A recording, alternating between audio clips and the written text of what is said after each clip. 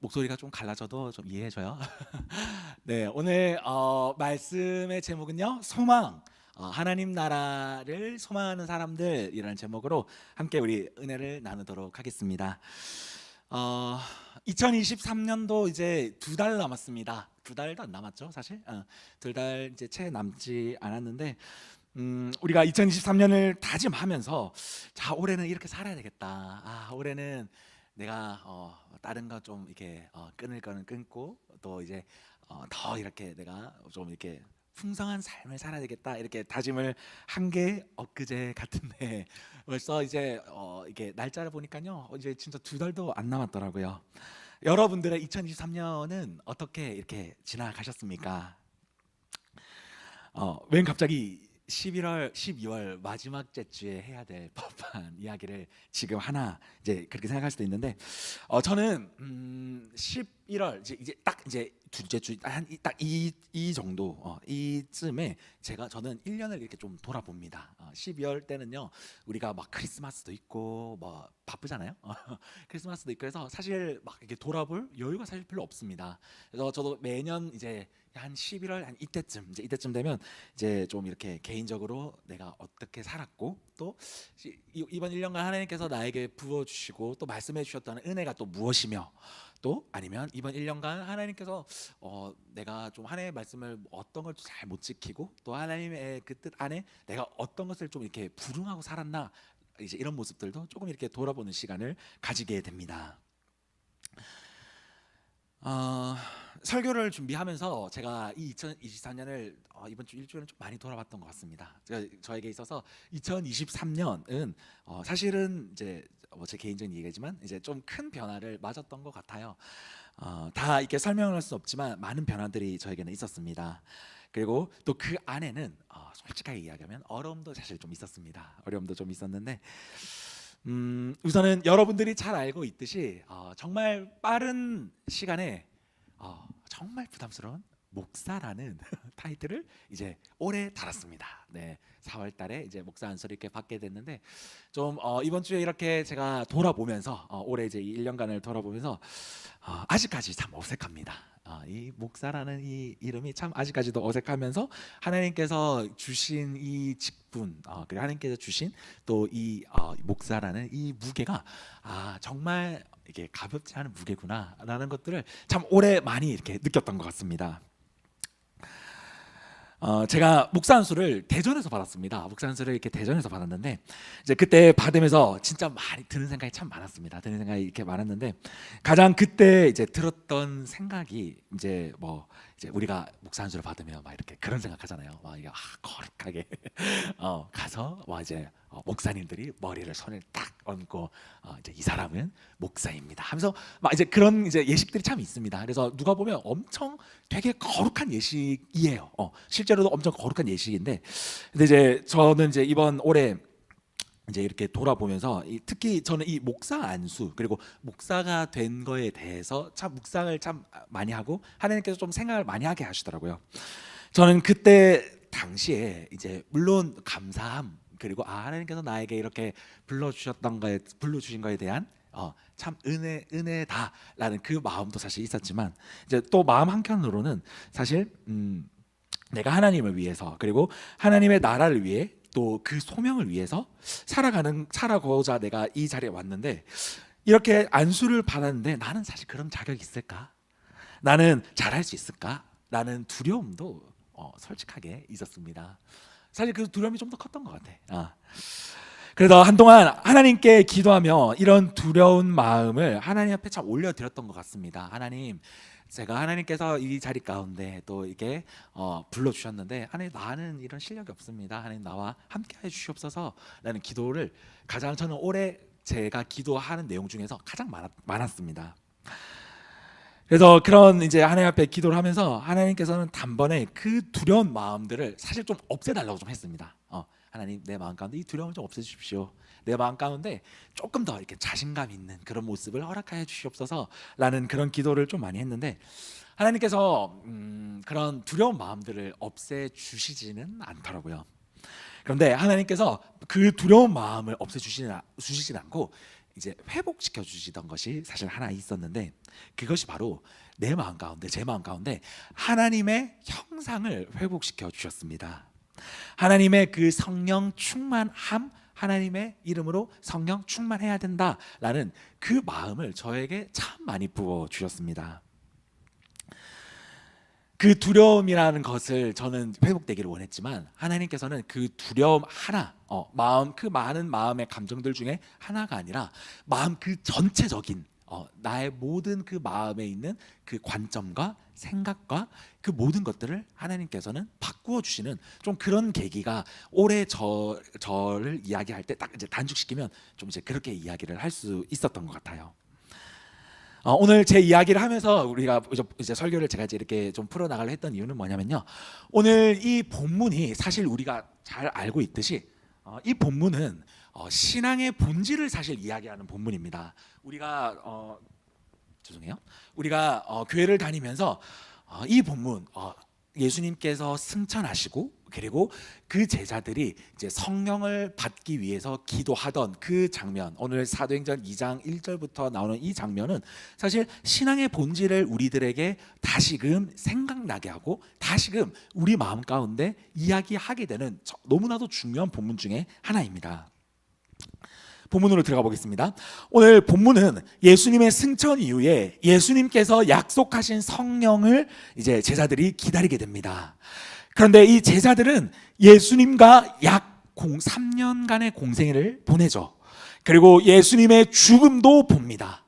그리고 예수님의 부활도 봅니다. 그리고 예수님의 부활도 본 것뿐만이 아니라요, 약 부활 뒤에 40일간의 그 시간도 예수님과 함께 이 제자들은 시간을 보내게 되죠. 그리고 예수님께서 이제 그 40일간의 시간을 다 보내고 나서 이제 마지막 날, 이제 예수님이 승천하시는 날, 이제 제자들이 다 모여서 예수님께 이제 많은 것들을 참 질문해 보고 싶었는데, 이 제자들이 예수님이 승천하시는 그 자리에서 예수님께 이런 질문을 하게 됩니다. 우리 6절 말씀인데요. 우리 6절 말씀 PPT, 네, 우리 한번 읽어볼까요? 네, 우리 요한복음 6절입니다. 시작. 이들이 모였을 때에 예수께 여쭈어 이르되 주께서 이스라엘 나라를 회복하심이 이때니까 하니 아멘. 네, 예수님이 승천하시기 마지막 그 순간 제자들이 예수님께 이런 질문합니다. 예수님, 우리 이 나라, 지금 우리에 속해져 있는 이 이스라엘의 나라가 로마로부터 식민지를 지금도 살고 있는데 우리가 언제 해방이 됩니까? 예수님, 우리 나라 언제 해방이 됩니까? 라는 질문을 예수님이 승천하시기 전에 이야기를 합니다. 조금 어떻게 보면 좀 철없는 이야기일 수도 있죠. 예수님께서 계속 그 제자들과 함께 3년간의 공생애, 그리고 죽음과 부활, 그리고 40일간의 시간을 보내면서 어쩌면 영적인 이야기를 더 이렇게 했어야 되는 거 아닌가라는 생각이 들 수 있지만요, 제자들은 그때까지도 그 마음 가운데 영적인 그런 질문들, 그리고 영적인 갈급함들, 영적인 그런 사람들이 아니라요, 오직 그 시선은, 이들 마음에는 아직 우리들의 나라, 우리 이스라엘이 어떻게 하면 잘 먹고 잘 살 수 있겠습니까? 라는 질문으로 예수님께 계속 나아갔다라는 것을 오늘 본문에서 이야기하고 있다는 것입니다. 예수님의 마음은 얼마나 답답했을까요? 예수님이 그들 앞에서 부활도 하시고, 그리고 부활 뒤에 40일간의 그 시간들을 보내면서 성경에는 나와 있지 않지만 얼마나 예수님께서 많은 복음들을 전하시고 또 많은 영적인 이야기들을 하셨을까요? 부활을 하셨으니까요. 그런데 제자들은 그 많은 이야기를 분명히 들었음에도 불구하고 눈에 보이는 것들을 질문하는 모습들을 보게 됩니다. 여튼 예수님이 그 질문을 듣게 되고, 예수님은 제자들에게 한결같이 그 이야기를 들었음에도 불구하고 오늘 읽지는 않았지만요, 예수님이 그 이제 대답에서 육적인 나라가 아니라 영적인 나라에 대해서 이야기를 합니다. 내가 3년간 이야기한 하나님의 나라를 너희가 계속 전파했으면 좋겠다. 너희가 그런 복음 전파자가 될 것이다 라고 예수님께서 말씀하시고 승천하십니다. 예수님께서 그 말씀하시고 이제 승천을 하시고 난 뒤, 그리고 오늘 우리가 읽은 이 본문까지 이제 오게 됩니다. 그리고 오늘 본문에서 성령님이 예수님께서 이야기한 이제 그 성령을 오늘 이 본문에서 우리들에게 이야기합니다. 오늘 이 본문은요, 성령님을 통해서 하나님 나라를 이뤄가기 위한 어쩌면 새로운 출발이자 어쩌면 이제 지금 현대 교회의 이제 첫 시작, 스타트를 끊는 말씀입니다. 자, 그런데 오늘 이 본문에서 그리고 예수님이 이제 3년간 살면서 그리고 죽음과 부활 그리고 이제 그 40일간 승천하기 전까지 예수님이 이제 변하지 않고 계속적으로 이야기하던 이야기가 있었어요. 그것이 바로 하나님 나라에 대한 이야기였습니다. 예수님께서는 하나님 나라에 대한 이야기를 계속적으로 이제 증언해 주시면서 하나님 나라가 이 땅 가운데 올 것이다. 하나님 나라가 이 땅 가운데 올 것이다. 너희가 하나님 나라가 올 텐데 하나님 나라를 예비하는 제자들이 되라 라는 복음을 예수님 말씀을 보면 참 많이 나와 있습니다.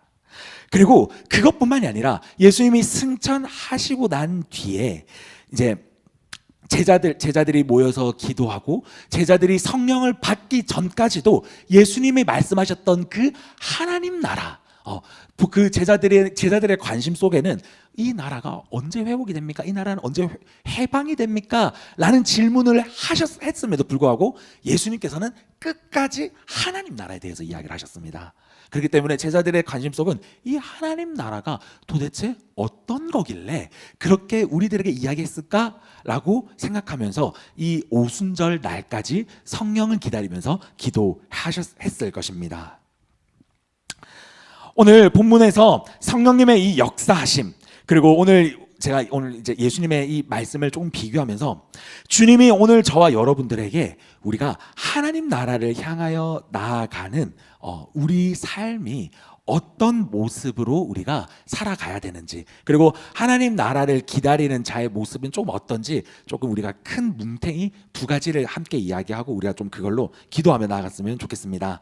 예수님께서 하나님 나라에 대해서 참 많은 이야기들을 하셨는데 오늘 저희가 여러분들하고 저와 나눌 두 가지 중에 첫 번째는요, 하나님 나라는 현재성이다라는 것입니다. 조금 말이 좀 어려워요. 하나님 나라는 현재성에 있다라는 것입니다. 조금 쉽게 이야기하면 그런 겁니다. 너희가 신앙생활하는 목적이 죽어서 천국 가기 위한 티켓을 얻는 게 아니야 라고 예수님은 이야기하신 거예요. 살아생전에 하나님 나라를 이루어 살아가는 것이야. 살아생전에 하나님의 나라를 완벽하게 우리가 이루어 나아갈 수는 없지만 예수를 믿는 너희를 통해 하나님 나라를 보여주었으면 좋겠다. 너희 삶을 통해서 너희가 하나님 나라가 어떤 것인지 너희 삶으로 증명했으면 좋겠다 라고 예수님께서는 예수님 살아생전에 계속적으로 그 얘기를 우리들에게 제자들에게 그 말씀을 하셨죠. 그렇다라고 한다면 우리가 어떻게 해야 하나님 나라에 대해서 계속 이야기를 듣고 있지만 우리가 그 다른 사람들에게 예수를 믿지 않는 다른 사람들에게 어떻게 하나님 나라를 우리가 보여줄 수 있습니까? 예수님께서도 이 질문, 우리가 어떻게 해야 하나님 나라를 다른 자들에게 보여줄 수 있는지 그 답도 사실 예수님이 우리들에게 말씀하셨습니다. 이것이 마태복음에 나와 있는데 우리 마태복음 예수님께서 하신 말씀이에요. 마태복음 5장 3절 말씀인데 우리 함께 한번 읽어볼까요? 함께 읽겠습니다. 시작.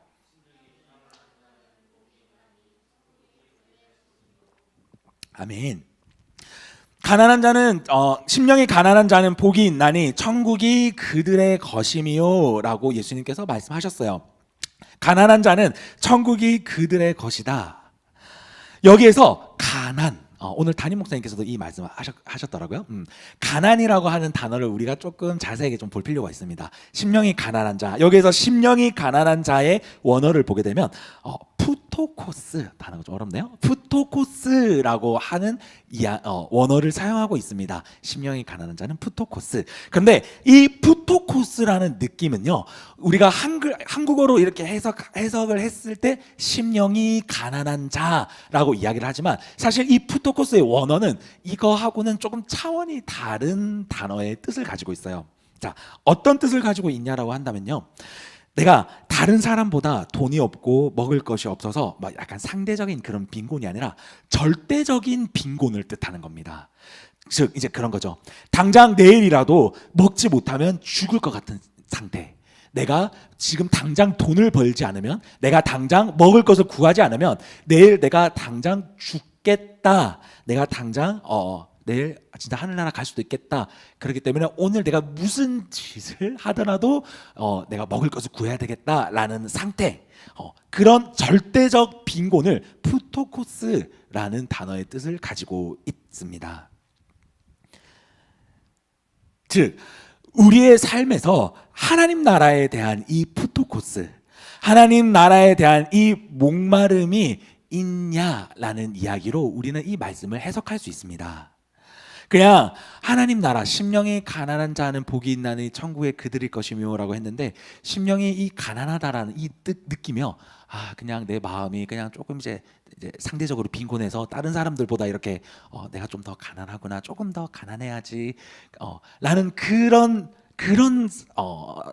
차원으로 천국이 그들의 것임이라고 얘기한 것이 아닙니다. 아까 이야기했듯이 절대적으로 내가 천국이 아니면 안 됩니다. 하나님, 나는 천국이 아니면 안 되니까 나에게 천국을 주십시오라는 그런 절대적인 빈곤이 있는 자만이 천국이 그들의 것이다라는 의미를 가지고 있다라는 것이죠.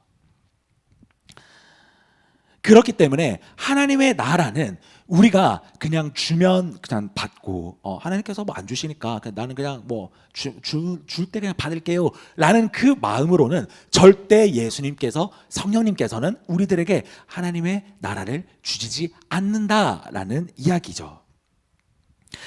자, 그럼 본문으로 다시 넘어가고 있습니다. 자, 오늘 본문에서 예수님을 본 많은 사람들이 있었지만 성령을 받은 자들은 약 120명 정도밖에 없었습니다.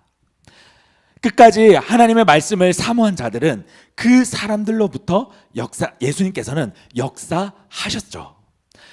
예수님께서 말씀하신 그 성령 그냥 주면 받고 뭐 아니면 나 안 받을래요 라는 그 마음으로 있었던 많은 자들은 예수님과 함께한 그 시간들이 단순히 추억으로만 끝날 수밖에 없던 인생으로 살아갈 수밖에 없었다라는 것입니다. 그 간절함, 오늘 제가 아까 방금 얘기했던 심령이 가난한 자, 이 푸토코스의 마음을 가진 이 간절함이라는 이 신앙의 태도는요, 이 신앙의 태도를 가지고 있는 것만으로도 이제 결과가 너무나 큰 차이가 난다라는 것입니다.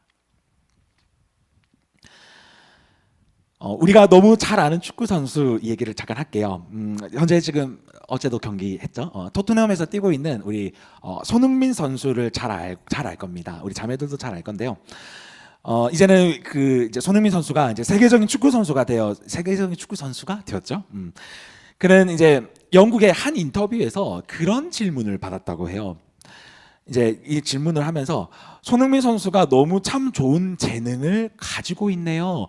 당신은 어떻게 해서 이런 재능을 가질 수 있게 됐나요? 아버지가 잘해서 그런 건가요? 라는 질문을 받게 된 적이 있다고 합니다. 그런데 손흥민 선수가 그 질문을 받고 나서 이야기를 했었던 것이, 본인은 절대 재능 있는 자가 아니다라고 이야기를 했습니다. 본인은 절대 타고난 사람이 아니다라고 이야기했어요. 본인은 재능이 있어서 이렇게 축구를 잘하는 것이 아니라 철저하게 혹독한 훈련을 아버지 밑에서 했다라고 인터뷰를 했다 해요. 매일매일 그는 1000번의 슈팅을 하고 오른발 500번, 왼발 500번 하면서 매일매일 1000번의 슈팅을 죽을 듯이 슈팅을 했다 합니다. 그리고 슈팅뿐만이 아니라 스프린트, 이제 스프린트가 무슨 말인지 모를 수도 있겠지만 이제 치고 나가는, 이제 빠르게 치고 나가는 그 연습을 하기 위해서 매일매일 아버지와 함께 그 스프린트 연습도 했다라고 인터뷰에서 이야기를 했습니다. 그는 어렸을 때부터 단 하루도 거스르지 않고 그런 연습을 통해서, 또 그런 이제 훈련을 통해서 지금 이 프리미어 리그까지 저는 올라올 수 있게 되었습니다라고 이야기했어요. 그리고 이 영국 프리미어 리그까지 오면서 이 훈련들이 나를 지금 만들었습니다. 그래서 나는 그 훈련이 나를 만들었다라고 믿고 있습니다. 라고 인터뷰를 하면서 마무리했다 합니다. 우리 사랑하는 청년부 여러분, 우리가 살아가면서 우리들의 삶 안에서도 좀 그런 것들이 좀 있음을 보게 됩니다. 이건 무슨 일이 있어도 내가 이뤄야 되겠다. 아니면 반대로 내가 이런 일은 절대 있으면 안 되겠다. 그래서 내가 어떤 일을 해서라도 조금 나쁜 일을 해서라도 내가 이것은 이루어야 되겠다. 아니면 이것은 이루지 말아야 되겠다라는 이런 우리들의 삶의 태도가 분명히 있습니다. 그런데 이런 신앙도 우리가 신앙생활을 하면서 우리 이 신앙생활 안에서도 이런 태도, 우리가 이런 좀 근성이 필요하다라고 우리들에게 오늘 이야기하고 있습니다. 예수님은 너희가 성령을 받을 때까지 기다려라 라는 그 말씀에 약 이 120명은 끝까지 순종했습니다. 어느 때까지요? 이 푸토코스의 마음으로 주님께서 말씀하신 그 성령이 사실 나는 뭔지도 잘 모르겠습니다. 그런데 예수님께서 보내주신다고 이야기했으니까 주님, 내가 주님께서 성령을 나에게 주시든지 아니면 내가 주실 때까지 여기서 기도를 하든지 내가 끝까지 주님의 말씀에 순종하겠습니다. 내가 그 주님의 말씀하신 성령을 내가 받겠습니다. 라는 그 간절함에 있었던 그 마음으로 이 120명은 이 푸토코스의 은혜, 푸토코스의 이 마음을 가지고 그 성령을 받게 되었다라는 것입니다. 오늘 예수님께서는 우리들에게 이 간절함이 조금 필요하다라고 이야기하고 있어요. 이 마음이 우리가 살아가면서 회복이 되지 않는다라고 한다면 오늘 예수님께서 이야기하신 심령이 가난한 자는 복이 있나니 천국이 그들의 것이며 천국이 우리들 것이 될 수 없다라고도 이야기하고 있습니다. 여러분들 마음 가운데 한번 돌아봐 보시기 바랍니다. 하나님에 대한 그런 푸토코스의 마음, 그 간절한 마음이 여러분들에게는 지금 있으십니까? 내가 성령을 받으면 받고 성령을 안 받으면 다음에 또 주겠지라는 아니면 이런 조금 안일한 마음이 여러분들 가운데 혹시 있지는 않으십니까? 하나님께서는 정확하게 애매하게 이야기하시지 않았습니다. 푸토코스, 간절함이 있는 자에게 복이 있다 하셨습니다. 간절함이 있는 자에게는 천국이 그들의 것이미요 라고 이야기를 하셨습니다. 간절함이 있는 자들에게 이 120명에게 임하였던 것처럼 하나님께서는 약속하신 성령을 우리들에게 허락하여 주실 줄 믿습니다. 그렇기 때문에 오늘 이 말씀을 통해서 우리가 첫 번째 기억해야 될 마음은 바로 이 푸토코스의 마음입니다. 우리의 마음 가운데 간절함이 없다라고 한다면요, 아니면 예전엔 그 간절함이 있고 내가 성령을 경험했지만 지금은 온데간데 어디로 사라졌는지 모르는 나의 마음을 혹시 발견하신다라고 하면요, 오늘 하나님께서는 우리들에게 말씀하십니다. 그 푸토코스의 마음을 회복하라고 말씀하십니다. 우리가 그 마음을 꼭 발견하셨으면 좋겠습니다. 그리고 그 마음을 주님 나에게 회복시켜 주십시오 라고 우리가 함께 고백하면서 또 그 마음이 회복되어서 하나님 앞에 우리가 더욱더 성령 충만함을 받을 수 있는 저와 우리 모든 청년들이 되기를 예수님의 이름으로 간절히 소망합니다. 자, 한 가지가 더 있습니다. 오늘 말씀을 통해서 예수님께서는 우리가 한 가지 더 기억해야 될 것은 무엇이냐면요, 하나님의 나라는 이런 현재성, 우리가 하나님의 죽어서만 가는 것이 천국이 아니라 지금 이 땅 가운데 우리가 그 푸토코스의 마음으로 이 천국을 만들어 가는 것, 천국의 모습을 보여주는 것도 있지만요, 두 번째는 무엇이냐면요, 하나님의 나라를 원하는 자들은 미래성도 가지고 있다라는 것입니다. 현재성과 미래성 두 개가 함께 공존한다라는 거 이야기하고 있습니다. 그것이 오늘 읽었던 본문의 3절과 4절 말씀인데요, 우리 함께 한번 읽어볼까요? 3절과 4절 말씀입니다. 시작.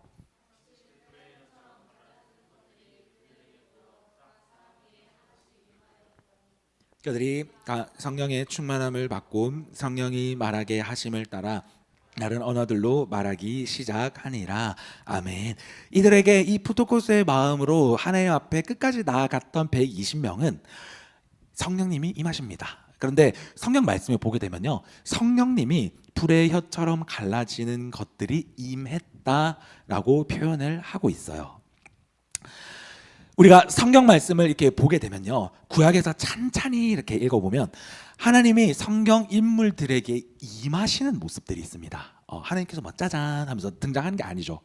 구약에서 엘로힘의 하나님께서 이제 성경 인물들에게 임하시는 모습들을 성경에서는 좀 은근하게 이렇게 좀 자세하게 많이 표현을 하고 있어요. 그리고 예수님께서도 성령이 임하실 때가 있었어요. 그래서 성령이 임하실 때 모습이 있었고, 그리고 오늘 본문과 같이 성령이 임하시는 모습들의 모습들을 오늘 이제 우리가 읽었는데요. 이 묘사들이 사실 조금씩은 다릅니다. 조금씩은 다르지만 동일한 것은 같은 영이 임했다라는 것입니다. 같은 하나님이 임하시며 능력을 그들에게 주었다라는 것입니다. 조금 자세히 살펴보도록 할게요. 예수님께서 성령이 임하셨을 때가 있습니다. 혹시 기억나는 성구가 있습니까? 예수님께서 사역만 하셨던 게 아니라 예수님이 성령을 받았던 때가 있어요. 그때가 언제였을까요? 그때가 언제였냐면 세례 요한이 예수님께 이제 안수를 했을 때예요. 예수님의 공생을 시작하기 전에 세례 요한이 예수님께 안수를 합니다. 안수를 했을 때 그때 예수님에게 성령이 임하시면서 그때 어떠한 동물 하나가 이렇게 예수님께 임하는데 혹시 뭐가 임했을까요? 뭐가 임했을까요? 까마귀 아니다. 비둘기 맞아요. 비둘기가 임하게 됩니다. 잠 깨라고 지금 얘기하는 거예요. 비둘기가 예수님께 임하게 됩니다. 자, 그런데 우리가 흔히 아는 것이 비둘기는 무엇을 상징하죠? Peace? 평화를 상징한다라고 이야기를 합니다. 자, 그런데 오늘 예수님이 성령이 임하셨을 때 임했던 그 비둘기는요, 사실 평화를 상징하는 게 아닙니다.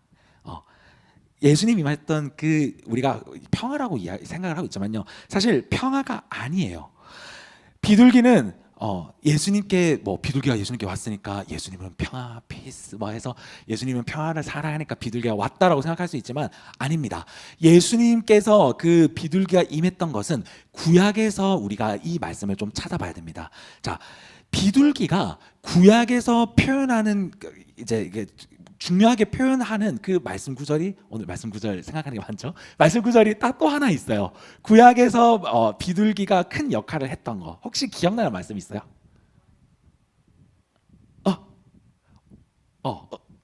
노아의 방주. 맞아요. 노아의 방주 맞습니다. 고마워요. 대답이 안 날 줄 알았어. 맞습니다. 구약에서 비둘기가 너무 큰 역할을 하는 게 하나가 나와요. 그게 바로 노아의 방주 때입니다. 자, 노아의 방주 때. 자, 우리 창세기 11장입니다. 우리 창세기 11장 말씀인데 8절에서 12절 말씀이 그걸 좀 표현하고 있어요. 우리 PPT 한번 띄워주세요. 준비해놨을까요? 네. 8절부터 12절 말씀인데 우리 한번 읽어볼까요? 자, 우리 잠도 깰 겸. 자, 준비 시작.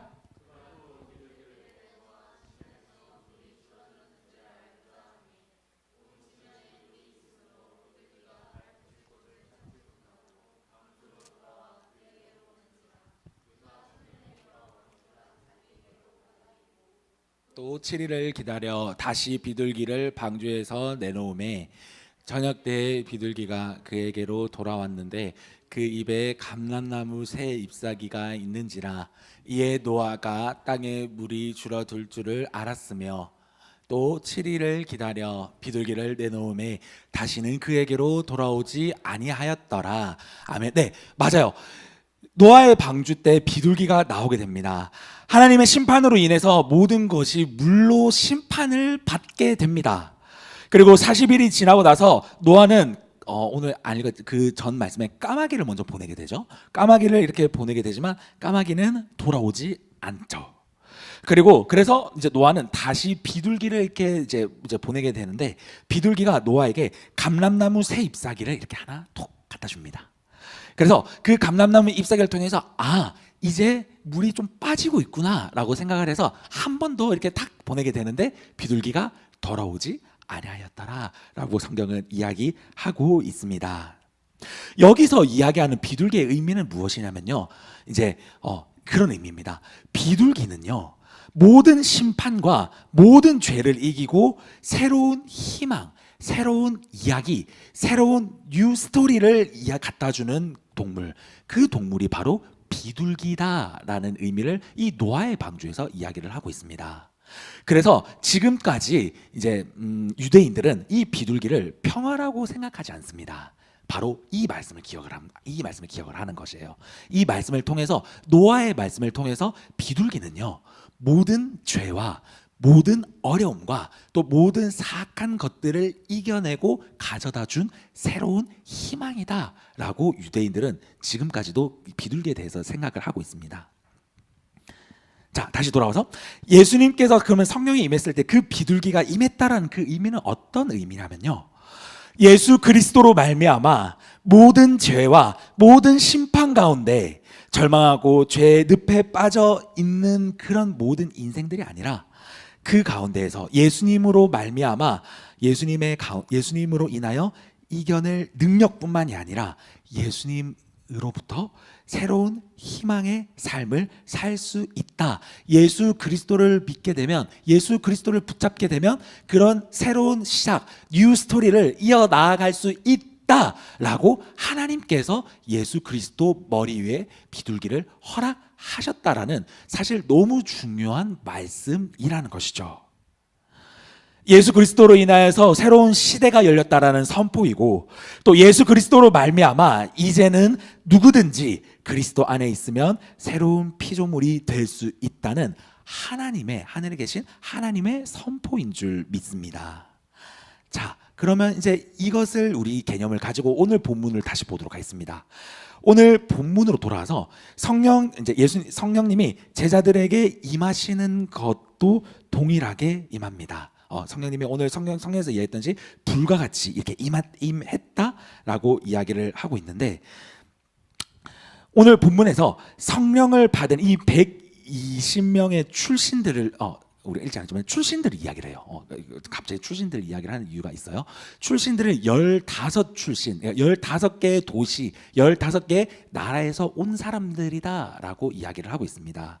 자, 15명이 왔다라고 하는 것은요, 사실 오늘 성경은 이야기하고 있지 않지만 다른 언어를 사용하는 사람들입니다. 우리가 이 본문은 방언을 받아서 이렇게 그냥 이제 언어가 그냥 하나가 되었다라는 그런 의미가 아니라요, 다른 언어를 사용하는 이 많은 사람들, 각기 계층, 성경에서는 15개 지역이라고 나와 있지만 전 세계 사람들이라는 의미도 사실 있어요.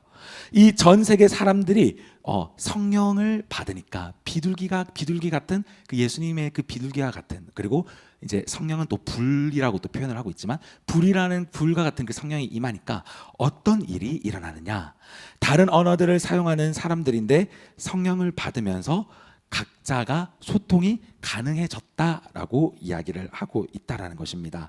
이것이 성령님이 임했을 때에 주셨던 은혜였다라는 것이죠.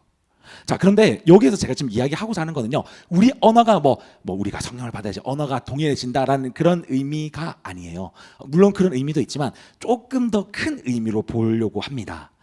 성령이 이들에게 역사했을 때, 성령이 이들을 만났을 때, 성령님께서 이들을 만나 주셨을 때 언어가 하나였다라는 것은 어떤 의미였냐면요, 언어가 분명히 이들은 언어를 이제 15개였으니까 15개 언어를 사용했겠죠. 그런데 이들이 이제 방언을 받고 소통을 할 때 이들이 쓰는 언어는 달랐습니다. 그런데 이들이 그 다른 언어를 사용하지만 이야기를 하면서 그가 어떤 이야기를 하고 있는지 알아들었다라는 것입니다.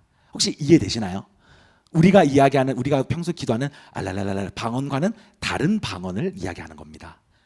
다시 한번 더 설명해 드릴게요. 이 방언은 우리가 신학적으로 이제 언어 방언이라고 이야기를 하는데, 이 방언은 어떤 이야기를 하느냐, 15명 다른 국가에서 온 사람들이 다른 언어로 예수님께 성령을 받기 위해 기도를 했습니다.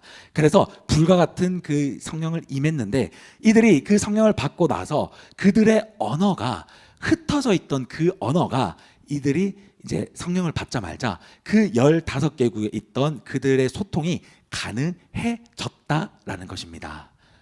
다른 언어를 사용해도요. 자, 여기에서 우리가 이 언어만 통일이 되었다라는 것이 아니라요. 하나님께서 예전에 이 인간들에게 주셨던 그 죄악들, 저주들, 그리고 우리의 죄 때문에 주셨던 그 죄악이 다시 회복이 되는 그런 은혜를 이들이 입었다라는 것입니다. 단순히 언어만 통일이 된 게 아니라요. 자, 이 언어에 대한 이야기, 구약에 어떤 말씀이 있었을까요? 기억나요? 맞아요. 바벨탑 사건입니다. 맞아요. 바벨탑 사건이 어떤 사건이었습니까? 우리의 죄 때문에 언어가 흩어지게 되었어요. 그런데 성령으로 인해서 다시 그 언어를 하나로 하나님께서는 묶어 주셨습니다.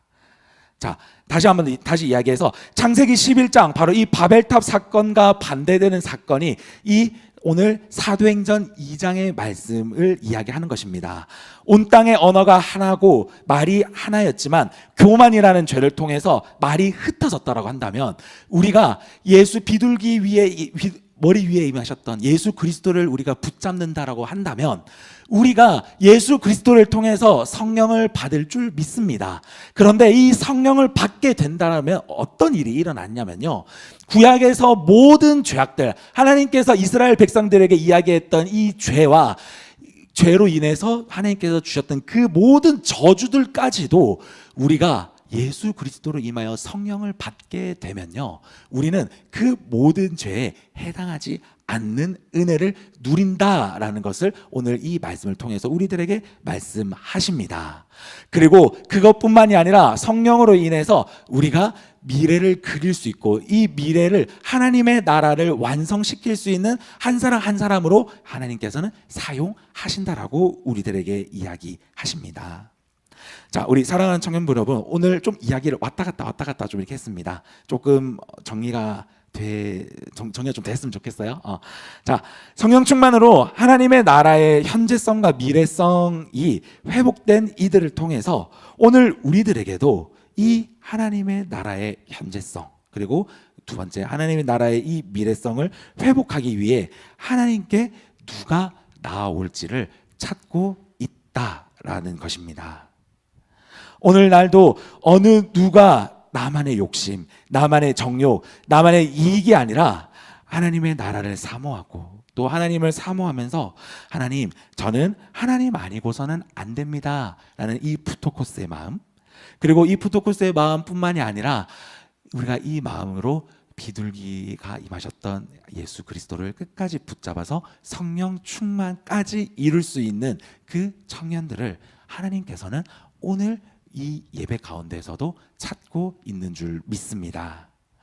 우리가 성령 충만을 이루기 위해서, 자, 그러면 이제 말씀의 결론입니다. 성령 충만을 이루기 위해서는 우리가 어떻게 해야 될까요? 우리가 너무 잘 아는 답은 우리가 너무 잘 알고 있어요. 그리고 우리가 매일 듣던 이야기입니다. 그리고 이 답이 우리가 너무 많이 듣다 보니까 사실 이 답이 너무 가벼워졌어요. 그 답은 다른 것이 아니라 기도해야 된다는 것입니다. 우리가 예수 그리스도를 붙잡으면서 다시 기도로 나아가야 된다는 것입니다. 예수님의 이름으로 기도해야 된다는 것이에요. 성령 충만을 간절히 바라면서 예수님께서 그 비둘기 위에 임하셨던 성령 충만함을 이루기 위해서 예수 그리스도를 붙잡아야 된다라고 가르쳐 주셨던 것처럼, 주님, 내 삶에서, 이 교회에서뿐만이 아니라요, 여러분들의 학교와 가정과 또 직장과 또 모든 시간들을 통해서 하나님, 내가 성령 충만하길 원합니다 라는 이 기도 제목을 갖고 있을 때 예수님께서는 그 기도하는 기도자의 삶을 주목해 주실 줄 믿습니다. 우리가 오늘 말씀을 통해서 회복해야 되는 것, 결론, 바로 우리의 기도의 자리를 회복해야 된다는 것입니다. 우리 사랑하는 청년부 여러분, 오늘 이 말씀을 꼭 기억하였으면 좋겠습니다. 그리고 성령 충만하시기를 원합니다. 그리고 성령 충만하십시오. 여러분들이 성령 충만하시기 위해서는 어떻게 해야 되냐요? 여러분들의 기도의 자리가 회복되시기를 원합니다. 교회에서뿐만 회복되시는 것이 아니라요, 여러분들의 삶, 여러분들의 학교, 여러분들의 직장 가운데에서 그 푸토코스의 마음이 회복되고, 그리고 예수 그리스도를 끝까지 붙잡으며 또 예수 그리스도를 통하여 성령 충만까지 이룰 수 있는, 그래서 이번 주 일주일이 여러분들 삶에서 성령 충만할 수 있는 그런 삶을 살아갈 수 있는 저와 우리 모든 청년들이 되기를 예수 그리스도의 이름으로 간절히 축원드립니다.